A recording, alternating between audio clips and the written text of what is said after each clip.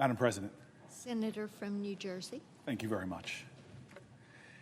In 1974, after the House Judiciary Committee voted to approve articles of impeachment against President Nixon, Chairman Peter Rodino of my home state of New Jersey, a lifelong Newark resident of my home city, who had been thrust into the high-profile position only the previous year, returned to his office and called his wife.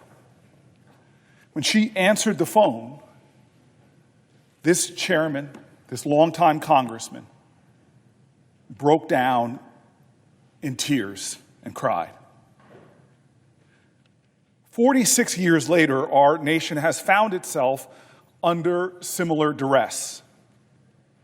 And God, I agree with my fellow Newarker. Impeaching a president is a profoundly sad time for our nation. It is a painful time, no matter what party. If you love your country, then this is heartbreaking. When we think about our history as Americans, so many of us have reverence for our founding fathers and our founding documents. They represented imperfect genius. We talk about the Declaration of Independence. We hail the Constitution. These documents literally bent the arc of not just our own history, but human history for democratic governance on the planet. And while these were milestones in the paths of our nation's relatively brief existence, the governing document that came between the Declaration of Independence and our Constitution is often overlooked, the Articles of Confederation. With the benefit of hindsight, it's easy to view the development of our nation as preordained, inevitable, as if it was an expected march towards the greatness we now collectively hail. That this was somehow a perfectly plotted path towards a more perfect union. But it wasn't. In 1787, as our founders gathered in Philadelphia, our fledgling country was at a crisis and at crossroads. And its future, like in so many moments of our past, was deeply uncertain. You see, when the framers designed our system of government in the Articles of Confederation, you could say they overcompensated. With the tyranny of King George III fresh in their minds, they created a government with power so diffuse and decentralized that nothing could really get done.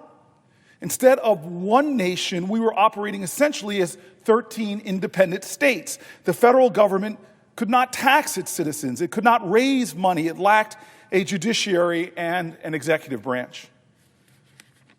So when our framers arrived in Philadelphia in that hot summer, they would have to thread a difficult needle, providing for a strong central government that represented the people and one that also guarded against the corrupt tendencies that come when power is concentrated, like they well knew was so in a monarchy.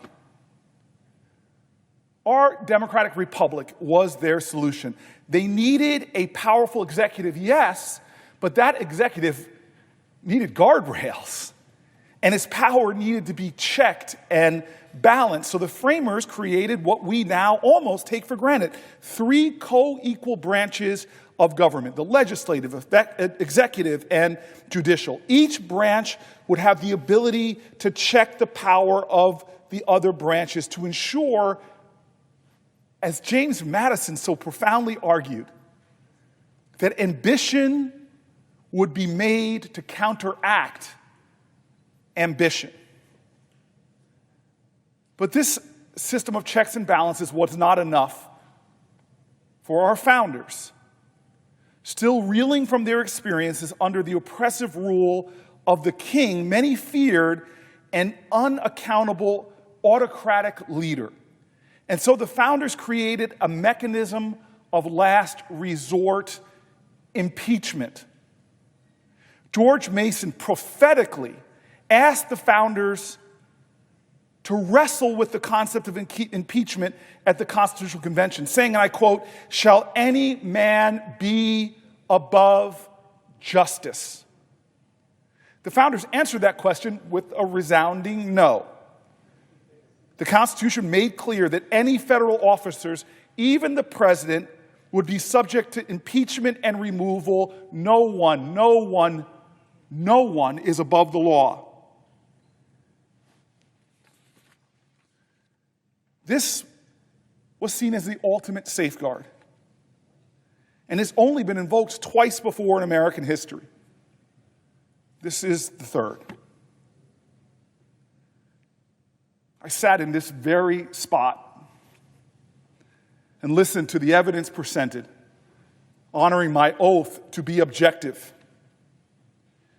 And based on the evidence that was presented in hour after hour after hour of presentations, I've concluded that the President, Donald John Trump, is guilty of committing high crimes and misdemeanors against the United States of America, against the people.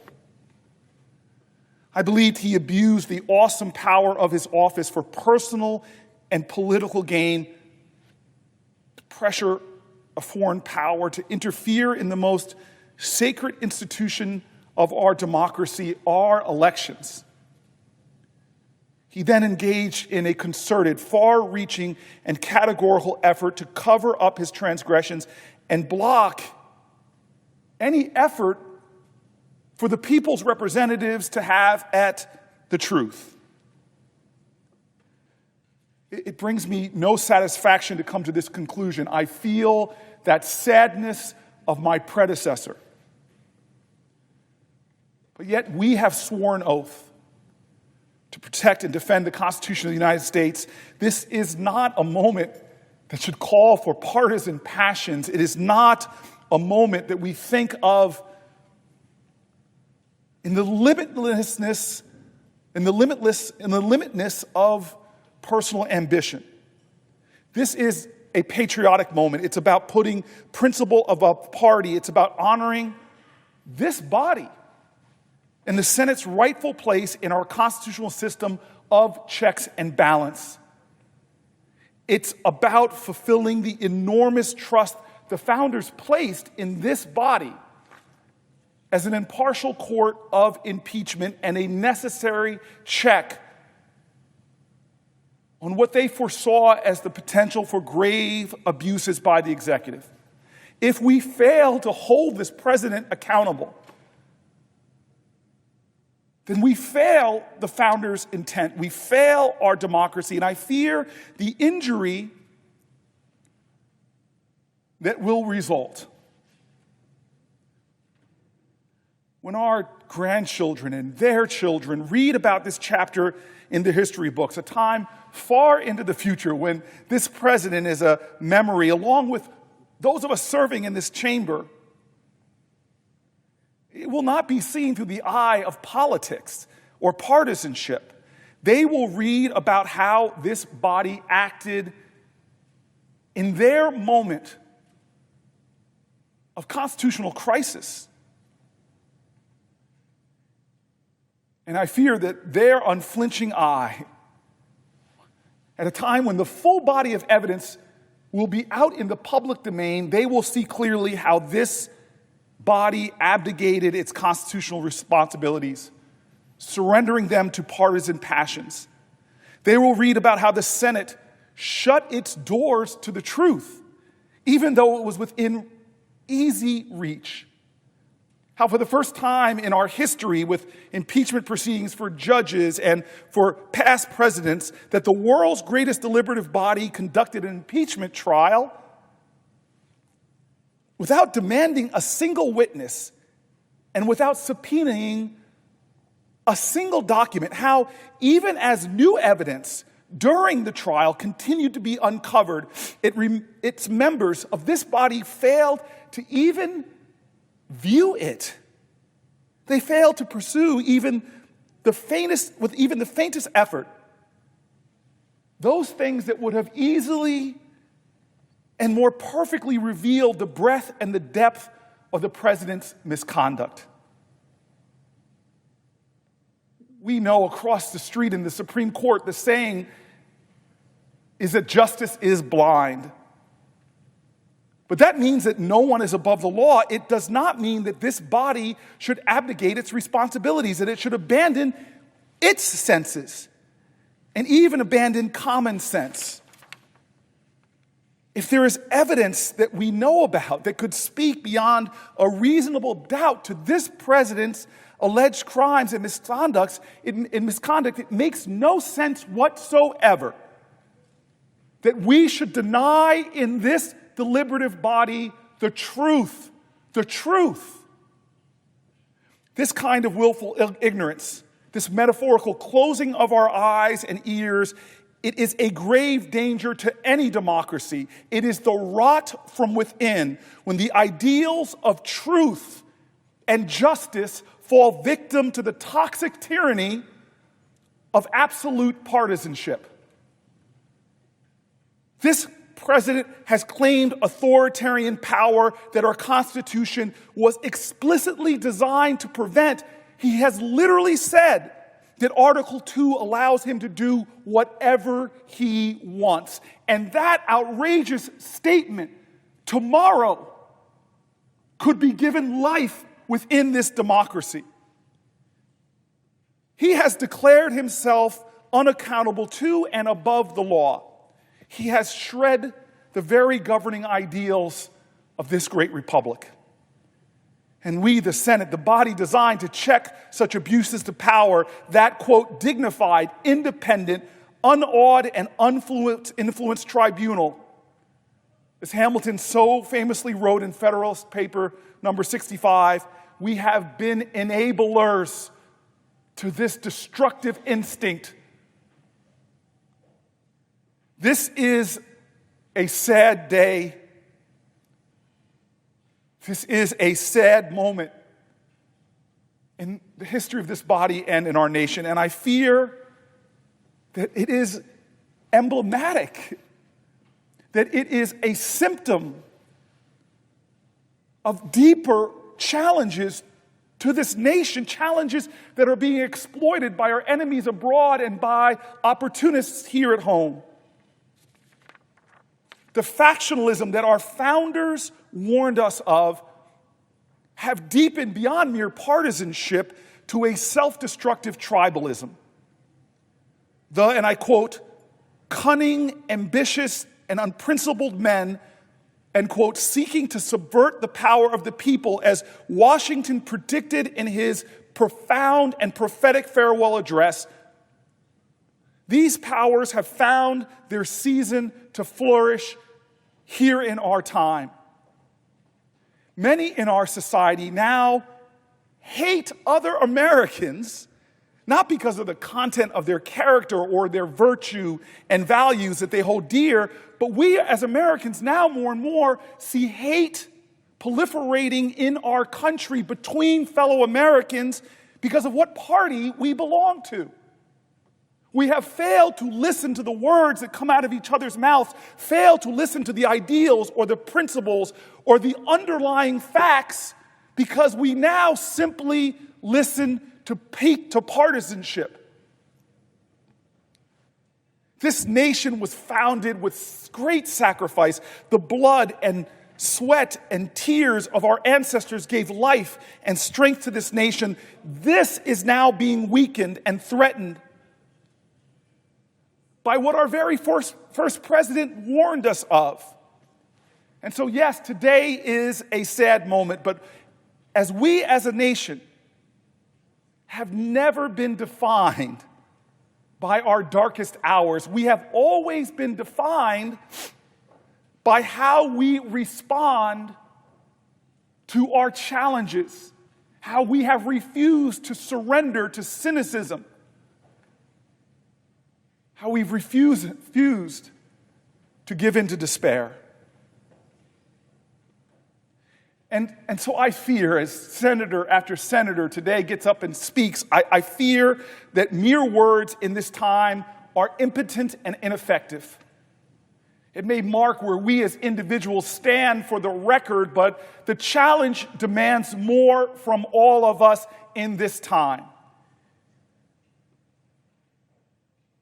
We've already seen on this Senate floor that sound arguments have been dismissed as partisanship. We have heard speech after speech and seen how they will not cure this time. They will not save this republic from our deepening divides. So I ask, what will? How? How do we heal? How do we meet this crisis? I know that this president is incapable of healing this nation. I've never seen a leader in high office ever take such glee in meanness. He considers it some kind of high badge of virtue in the way he demeans and degrades his political adversaries. He demonizes others, often the weak in our society. And I firmly believe that he has shown that he will even conspire with foreign nations to defeat his adversaries and then defend himself, not with any truth or transparency, but by trying to heighten and ignite even more partisan passions. And so the question is really, how do we heal this nation? How do we meet this challenge that is not embodied in any individual? It was a man far greater than me named Learned Hand who said, and I quote, "Liberty lies in the hearts of men and women. When it dies there, no constitution, no law, no court can save it. No constitution, no law, no court can even do much to help it. The spirit of liberty is a spirit which is not too sure that it's right. The spirit of liberty is a spirit which seeks to understand the minds of other men and women. The spirit of liberty is the spirit which weighs the interests, their interests, alongside its own without bias." I continue to quote this great judge. "Our dangers, as it seems to me, are not from the outrageous, but from the conforming, not those who rarely and under the lurid glare of obliquity upset our moral complacence or shock us with unaccustomed conduct, but from those, the mass of us, who take their virtues and their tastes, like their shirts and their furniture, from the limited patterns which the market offers." I love our nation's history, and I'm telling you right now, we have seen that the true test of our democracy will not come simply from the low actions from our leaders on most high.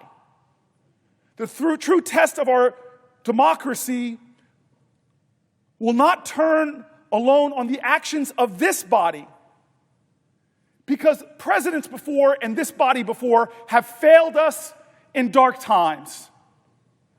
They failed the ideals of freedom when time and time again they defended slavery. This body has failed the ideals of liberty when time and time again it rejected civil rights.